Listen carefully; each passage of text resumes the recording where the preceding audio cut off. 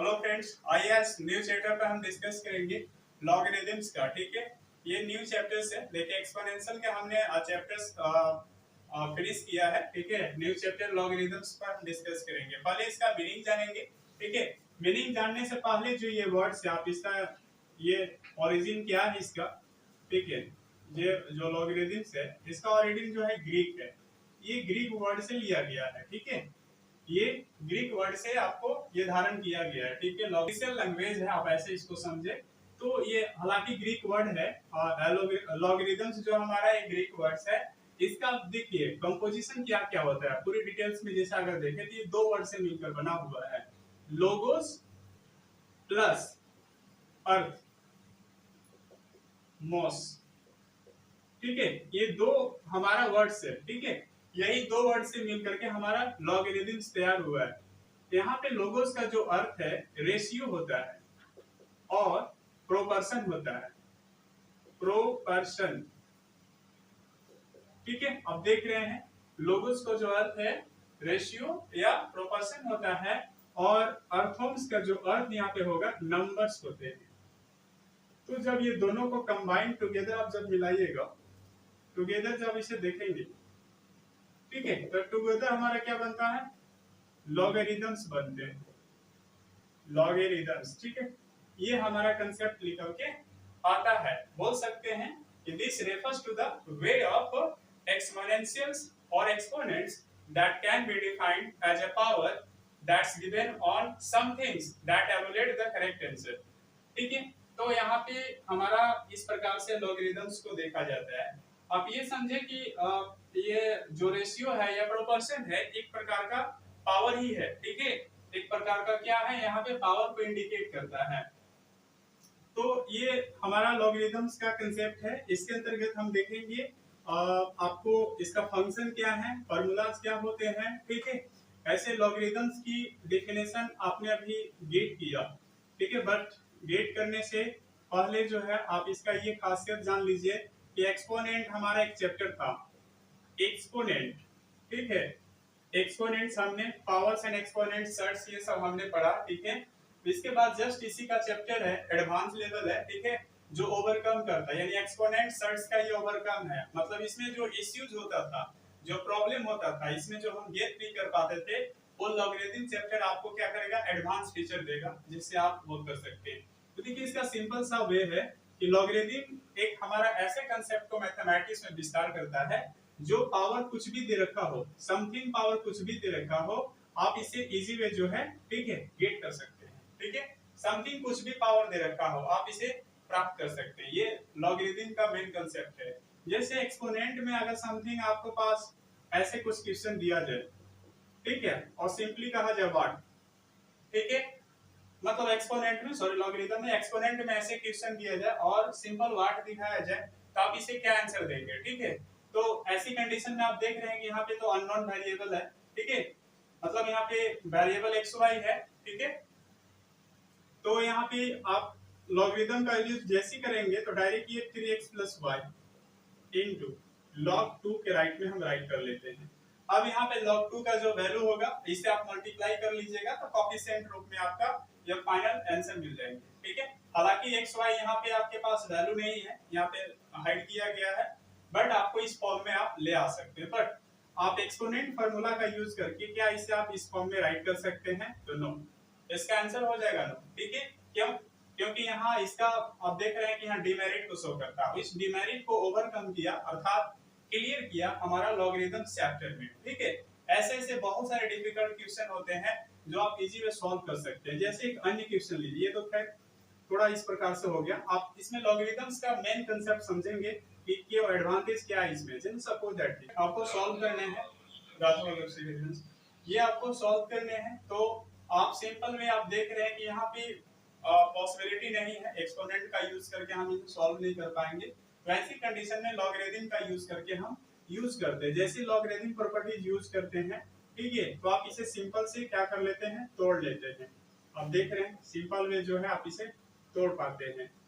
ठीक है, और भी इसका नेक्स्ट प्रोसेस हम फॉरवर्ड कर सकते हैं, बट आप ये समझिए हमारा एक्सपोनेंट में ये बड़ा डिफिकल्ट होता है इस तरह से सॉल्व करना।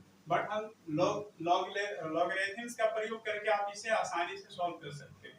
ठीक है, तो कुछ ये इसका प्रॉपर्टीज था, यानी बोल सकते हैं कि logarithm is the fundamental concept of operations of the exponential functions that raise or what powers must a base number be raised on the as a real numbers। ठीक है, मतलब क्या हमारे पास पावर में नंबर दिया गया है उसका एक बेस के रूप में हमारा एक्चुअल आंसर ये प्रदान करेगा। ठीक है, मतलब एक फाइनाइट आंसर या जो भी समथिंग आंसर आएगा वो गेट कर देगा।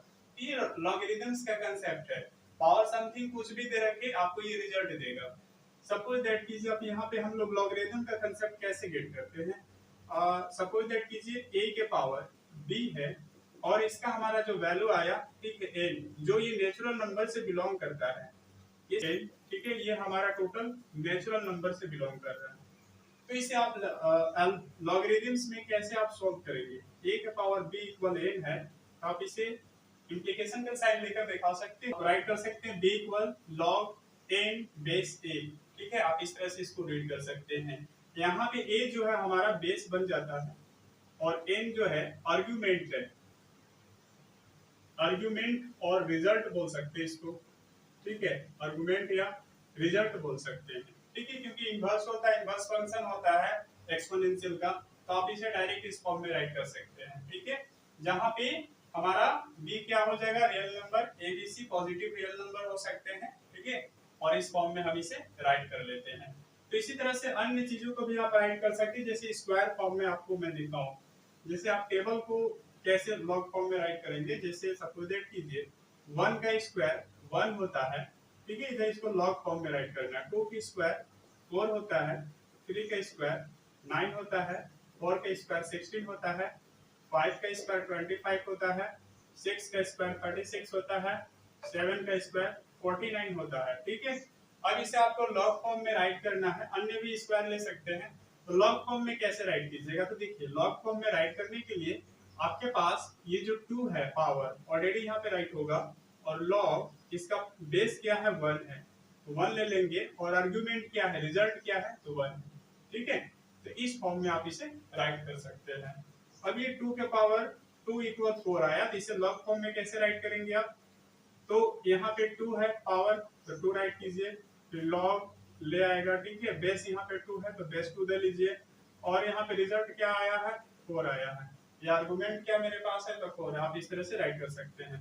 सेम यही कंडीशन होगा लॉग, ठीक है, 9 बेस 3, फिर इस तरह से राइट कर सकते हैं 2 इक्वल लॉग 16 बेस 4। ठीक है, फिर राइट कर सकते हैं 2 इक्वल लॉग 25 बेस 5।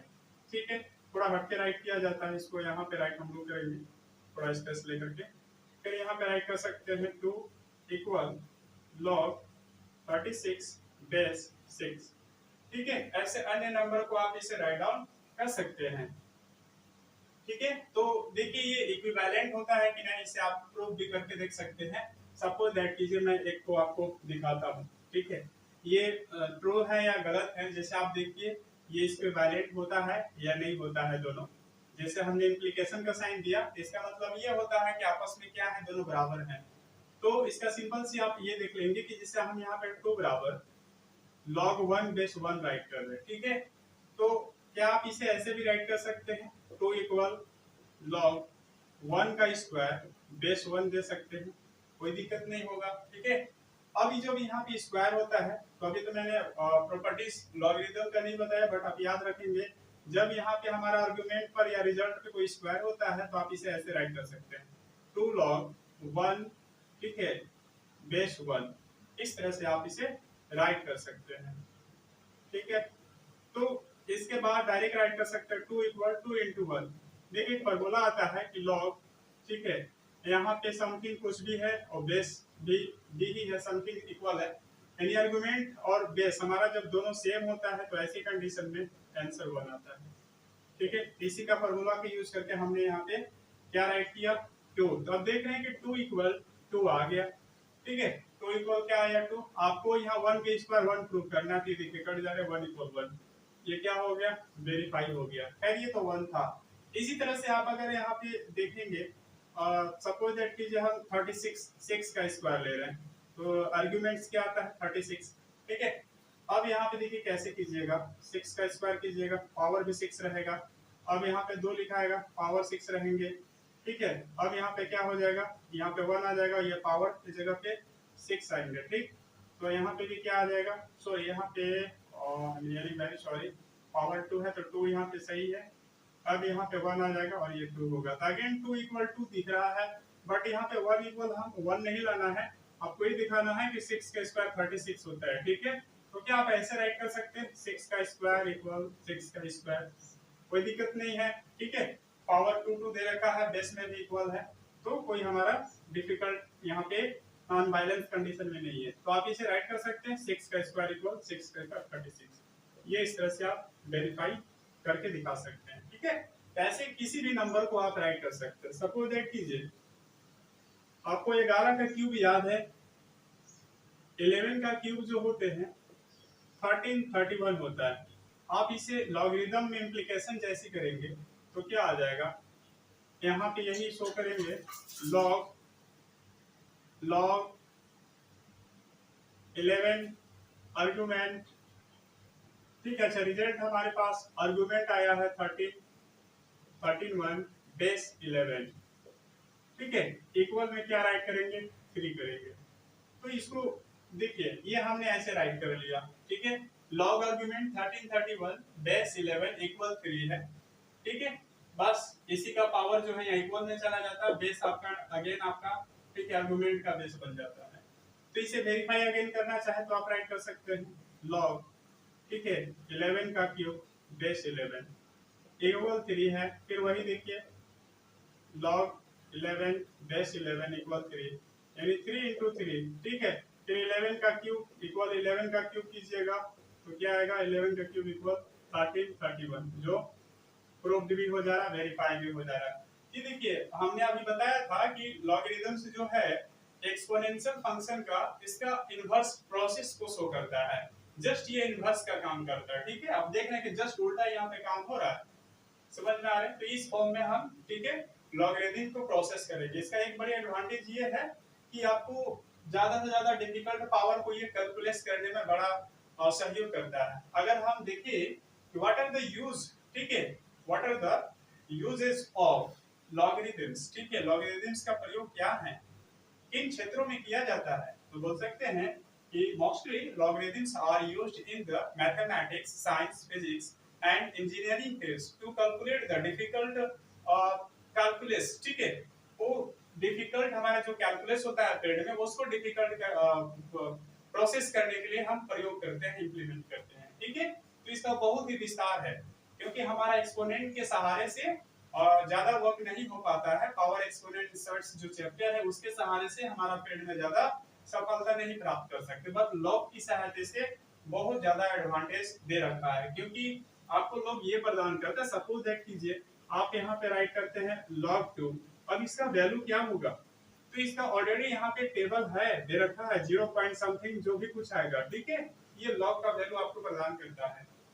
तो टेबल भी हम बात करेंगे कि लॉग का भी एक सेपरेट टेबल होता है, ठीक है, उस पे भी हम डिस्कस करेंगे, जो लर्न करना पड़ेगा कुछ रूल्स को, ठीक है। तो ये इन फील्डों में इनका ज्यादा महत्वपूर्ण से। अब आइए हम इसका चलते हैं प्रॉपर्टीज में, ठीक है। आई होप आपको ये समझ में आया होगा इनवर्स प्रॉपर्टीज का, ठीक है। फॉर्मूला इसका क्या है, logarithm properties, logarithms properties, properties, ठीक है। पहले प्रोडक्ट के रूप में देखेंगे, ठीक है। प्रोडक्ट के रूप में अर्थात मल्टीप्लाई के रूप में लॉगरिदम को लिया जाता है। प्रोडक्ट के फॉर्म में कैसे होते हैं, तो जैसा आप देख रहे हैं, log base, log mn base a, अर्थात mn यहाँ एक प्रोडक्ट है और ये बेस हमारा दे रखा है, तो इसका फार्मूला क्या बनेगा, log m base a plus log n base a, ये हमारा फार्मूला क्रिएट हो जाता है। फिर इसी तरह से क्वेसेंट का भी देख सकते हैं। क्वेसेंट के लिए क्या होता है, क्वेसेंट के लिए सिंपल आप यूज कर सकते हैं यहाँ पे log m by n base a equal use कर सकते हैं log m base a minus log, अच्छा मैं थोड़ा स्पेस लेकर राइट कर दे रहा हूँ, ठीक है, इसे थोड़ा स्पेस लेता हूँ, अगेन यहाँ से आपको राइट करता हूँ। तो log m base a minus log n base a, ये हो गया हमारा सब्ट्रैक्शन में, अर्थात डिवाइड में है। जब डिवाइड आप करते हैं तो क्वेश्चन क्या बचते हैं, तो इस फॉर्म में आपको राइट करना है, ठीक है, इस फॉर्म में आपको शो करना है, ठीक है। और भी बहुत सारे फॉर्मूले हैं इनका आप यूज कर सकते हैं। पावर ग्रुप में कैसे एक्सप्रेस करेंगे, तो देखिए लॉग आप सिंपली n का पावर n दे रखा है, देखिए n यहाँ बेस हमने नहीं बनाया, बेस आप समथिंग कुछ भी ले सकते हैं, जैसे हमने a लिया है तो आप ये राइट कर सकते हैं। हमारा n आर्ग्यूमेंट है और इसका आर्ग्यूमेंट का पावर n है, तो आप राइट कर सकते हैं m log m, ठीक है। ये भी एक फॉर्मूला इस तरह से हम लोग यूज करते हैं।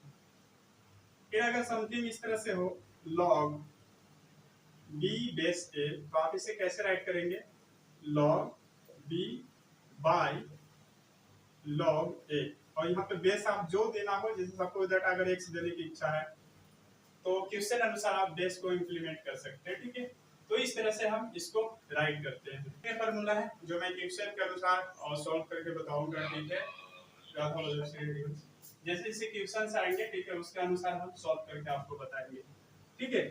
तो देखिए इस पर कुछ क्वेश्चन अगर बात किया जाए तो मैं प्रत्येक फार्मूला पे एक एक फार्मूला को राइट करूंगा और एक एक फार्मूला पर पॉसिबिलिटीज बेसिक आपको समझाने का प्रयास करूंगा, ठीक है, कि कैसे सॉल्व होता है। जैसे मैं एक बात क्वेश्चन फिलहाल लो, तो 1024 को आप एक्सप्रेस करो इन लॉग्स फॉर्म में, ठीक है, लॉगरिथम्स का फॉर्म में आप इसे एक्सप्रेस करके दिखाओ, तो कैसे आप राइट कीजिएगा। तो जैसे आप इसे सॉल्यूशन में आप आएंगे तो 10 से 24 अर्थात 1024, ये 2 के पावर ये 10 होता है, ठीक है। आप इसे लॉग फॉर्म में जैसे इंप्लीकेशन करेंगे तो 10 इक्वल राइट कर सकते हैं लॉग 1024 बेस 2, ठीक है, इस तरह से राइट कर सकते हैं। फिर 10 इक्वल मतलब ये हो गया, ठीक है। लॉग फॉर्म में क्या हुआ, ये आपका एक्सप्रेस करना था, तो लॉग फॉर्म में इसको हमने क्या कर दिया, एक्सप्रेस कर दिया, ठीक है। लॉगरिथम का फॉर्म में हमें शो करना था, किया, तो इस तरह से आप आंसर बेसिकली गेट कर सकते हैं, ठीक है। आई होप आपको क्लियर हुआ होगा, ठीक है। और आपने वर्ड्स को देखा कि लॉगरिथम्स का प्रयोग किन पीरियडों में होता है, इसका मीनिंग्स क्या है, लॉगरिथम कहां से निकल कर आया है, एक ये ग्रीक है, ग्रीक वर्ड है, ठीक है, जो एक ऑफिशियल लैंग्वेज है। इसी तरह हमने बताया कि लॉगरिथम्स क्यों आया, तो इनका कारण है हमारा एक्सपोनेंट, ठीक है, सर्च एंड पावर, ये जो दो चीजें हैं, ठीक है, उन्हीं का ये एडवांटेज है, ठीक है, इनमें ज्यादा फैसिलिटेट करता है। हमारे एक्सपोनेंशियल चैप्टर में कुछ काम नहीं हो पाता है, जिसके कारण से ये इजी वे इसमें इस चैप्टर में हम करते हैं, ठीक है। मिलते हैं अगले क्लासेस में। जय हिंद, जय भारत।